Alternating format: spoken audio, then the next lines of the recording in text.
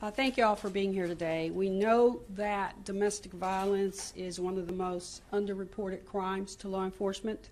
We also know that domestic violence can touch all levels of the community, socioeconomic, racial, as well as ethnic backgrounds. I wish to publicly thank Captain Dana Hitzman and her officers in the Special Crime Division, in particular her Family Violence Unit. Their mission is to work toward ending domestic violence in our community, and they do this by investigating domestic abuse crimes, educating the public, and training the police. Training is important, especially for the police, because for many victims, the police are the first point of contact when they ask for help. It is imperative that we are adequately trained to respond by keeping victims safe, but that we also know where we can refer victims in terms of services and organization that can assist them long term.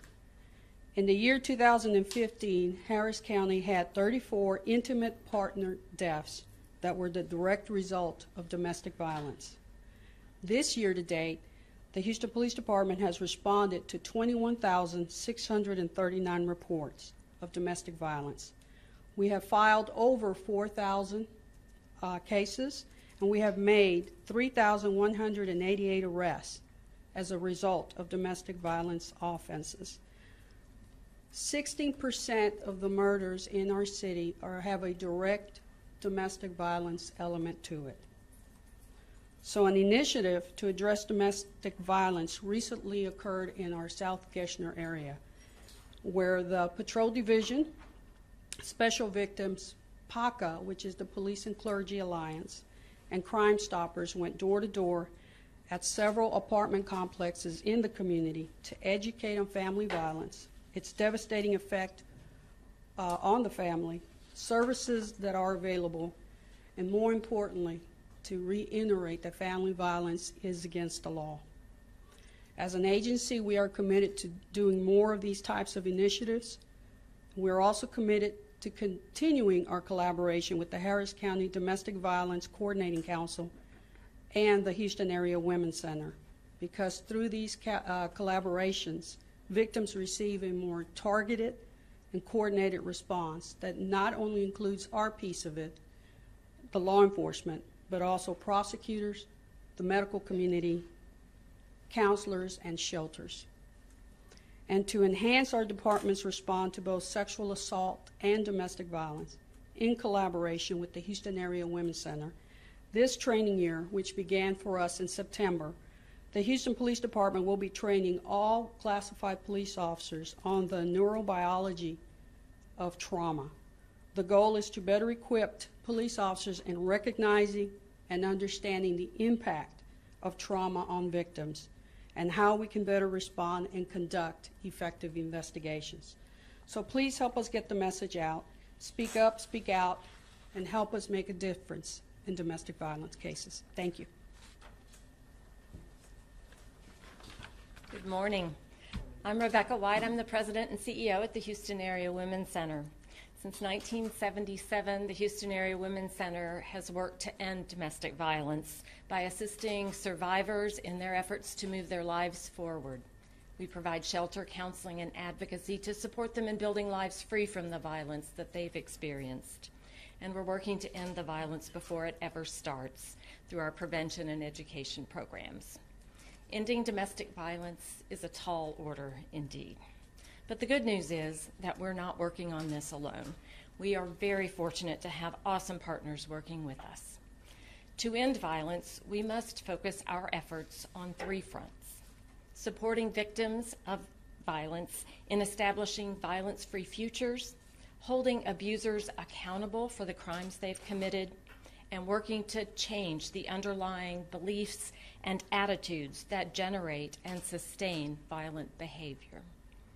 No one organization or institution can do it all, which is why we are so excited and honored to be a part of this partnership. We each bring our own unique strengths to this daunting task, and we know that working together we can do so much more. The Houston Area Women's Center takes great pride in the role that we've played over the last 4 decades in supporting survivors and advocating on their behalf to change societal views about domestic violence. And we've made real progress, but we know there's still a whole lot more to do. And that's why this training partnership is so important. The knowledge and skills gained will equip officers to respond to survivors effectively in these tough situations and can increase the likelihood that survivors are supported and connected to life-saving community resources. Because responding officers are typically a victim's first encounter in the criminal justice process, how that initial interaction goes down is critical. It's important for developing the case for successful prosecution and holding perpetrators accountable. We applaud HPD's commitment to continuing to enhance their response to survivors of domestic violence so that those survivors receive the support, respect, dignity, and trust that they deserve and that best serve the pursuit of justice throughout our community. We are really fortunate to have with us today the actual professionals who developed and deliver this game-changing training. They're here. They can answer any specific questions you might have about the training and the nuts and bolts of the work that we're doing together. Sonia Corrales is our Chief Program Officer at the Houston Area Women's Center, and Lisa Levine is our Clinical Director. We also have Captain Dana Hitzman and Sergeant Melissa Holbrook from HPD, who have also been who have been so critical to moving this initiative forward. So I guess at this point we can just open it up for questions that you have. Can you talk a little bit about what this training is actually going to do, how it's different from how you've handled these kinds of situations before? The training specifically is going to teach the officers the neurobiology of trauma. So what happens to a victim when they go through trauma in both family violence and sexual assault. So what that means is so the officer can understand why the victim might not be able to tell that story in a linear fashion, why they may jump around. There's actually physiological reasons for that. Why they might respond the way they do if they have a history of family violence or incidents of sexual assault. So it gives that an officer that look with the physiological aspects that actually happen in the body as a result of trauma, so they can better respond to those scenes. And then also, what's the type of questions that we should be asking victims who come forward with domestic violence, and also what resources are available so that they can explain to people in need what resources are available. So that those are the main topics that the class is going to cover.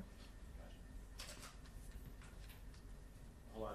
If no one else in the media has a question, I have a couple more. Can you just let people know what resources HPD already puts in place, right? Don't you have officers at Hawk or at other stations to talk to victims of domestic violence? We do. That's a really good question. I'd like to point out that we have family violence investigators at different areas throughout the city. We have them here at 1200 Travis. We have family violence offices at the North Patrol Command, at West Side Patrol Command, and at the Southeast Patrol Command. Every Tuesday, one of our family violence officers works at the Houston Area Women's Center on WA between 1 p.m. and 6 p.m. and is available to victims for that victim engagement who need to talk to the police or maybe file a police report. Talk about the social workers that we have. We also, within those units, the family violence units, they're not only made up of police officers. We also have counselors on staff within the family violence units, and they really help, with that victim engagement. They help the complainants understand what the process is like and what resources are available. We also, on the sexual abuse side, we also have a justice advocate that serves the same purpose to keep the victims engaged in that criminal justice process.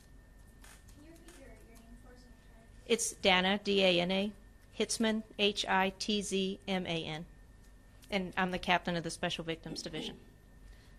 I have a question for you, Rebecca. I mean, you've been working with the organization for many years, I should say. We have these statistics, but we also, acknowledge that there's a lot of women who don't come forward with this type of report these types of abuses. If you could speak directly to them, you know, what would you say to them? What would you say about the outlook, about the help, you know, that you're here? This is a great representation of the city of Houston and also your organization. What would you say directly to those women if you could? What a wonderful question. Thank you for asking it. We have 3 messages for survivors of domestic violence or those who are experiencing it. First of all, it is not your fault. You did nothing. You do not deserve what is happening to you. Secondly, you're not alone. And most importantly, there is help available. We do provide services. That hotline is available 24/7. We have counseling services, individual and group counseling. We have shelter. We have housing options. We have safety planning first and foremost. If you are considering leaving that relationship, that can be the most dangerous time, so we want to make sure you do that in a safe way, so we can do that. A host of services. We care. We know this is what we do. We've been doing it for 40 years. So, and you're exactly right. Not all of those that we serve have reported, and that's okay. Whatever is best for them, we start there. Thank you. Any special to like tell the woman that they don't have to get hit to suffer from domestic violence. The abuse starts from words and then starts progressing, right? There are many forms of domestic violence. You are absolutely correct. We tend to think of bruises and broken bones, but that's not always the case. There's verbal, psychological, spiritual, financial. It runs the gamut. And while there may never have been physical abuse, as it escalates, it can develop into that. So, What's the single kind of biggest challenge that you guys deal with, or is an impediment to getting rid of domestic violence or fighting it? I think some of it is going to be because it is so underreported, and what victims need to understand is that, you know, they got to reach out, they got to get help. As I stated, 16% of the individuals that have been murdered in the city are direct result of family violence. In addition, if for whatever reason you don't want to reach out to the police department, that's fine. There's plenty of organizations such as the Houston Area Women's Center. You can also go to the district attorney's office and also file a protective order, and you don't have to have an offense report for that. You know, they will take those that information that you have, and the goal is to protect you and to get you out of that situation before you become a statistic.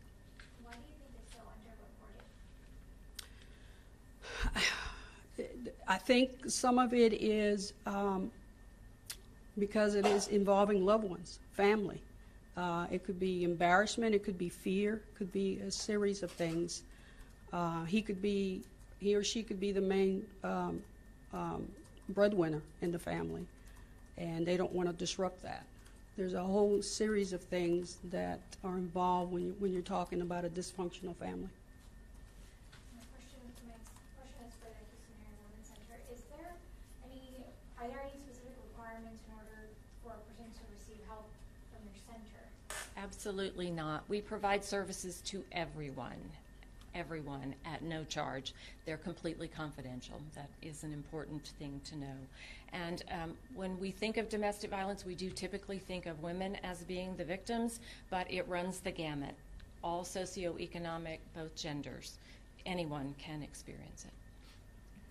Chief Montalvo, what makes these cases particularly difficult for you guys? I mean, what makes it hard? I see you talking about 16%. You mentioned that a couple of times. But what's most frustrating to you when you may have gotten a call in the past to go out on stories like this? What makes it hard for you guys to do these types of? Let me turn that over to Kathy, because she deals with these cases. Okay. What makes them hard is trying to get the complainant, the victim, to believe that there's help out there, that there is a way out. And these are, we don't take light, these are extremely dangerous situations. They can turn in, like the chief said, 16% related to the murder rate. But even the ones that don't end up in murder, they are extremely dangerous situations, and we understand that, and that's why this partnership is so important. The police department cannot do this alone. We constantly work with our partners to improve that response. So it is a very hard aspect. These crimes occur behind closed doors for the most part. It's not a case of a police officer driving down the street for visibility. These are crimes that mostly happen behind closed doors, so we need all the resources we can to be able to have an impact on this type of crime, and that's why it's so important for these types of partnerships. Can you talk a little bit more about what you said at the beginning? It's hard to get a complainant or the victim to believe that what's happening to them is a crime. Can you talk more about that? Well, I think that goes to a couple different aspects. One of the questions that was asked earlier is what is abuse? It does come in so many different forms. So that's a big component of what we do is education and getting that information out there. What is domestic violence? What does it look like? It can look like several different types of abuse: financial, psychological, spiritual, just the things that they mentioned. So getting that information out there, getting people to recognize that this isn't the way that they need to live, and that there is a better way and there is resources available. I think it's very important to tell our viewers that it doesn't matter your status, your legal status in the country, you can get help. Absolutely. We are not concerned with what your legal status is. We are there for everyone that's in this city that needs help. The Houston Area Women's Center is the same way. These resources are available for free to anyone that needs them. Can you just run us through like how long it will take to get everyone trained and what the timeline is? Normally, our training sessions last a year, so September to September, because we have 5,200 officers that we have to run through the training. But, this is a good example of our partnership with the Houston Area Women's Center. We have partnered with them for many years, and, our goals is the same, which is to end domestic violence. And so we do everything we can together to eradicate that crime.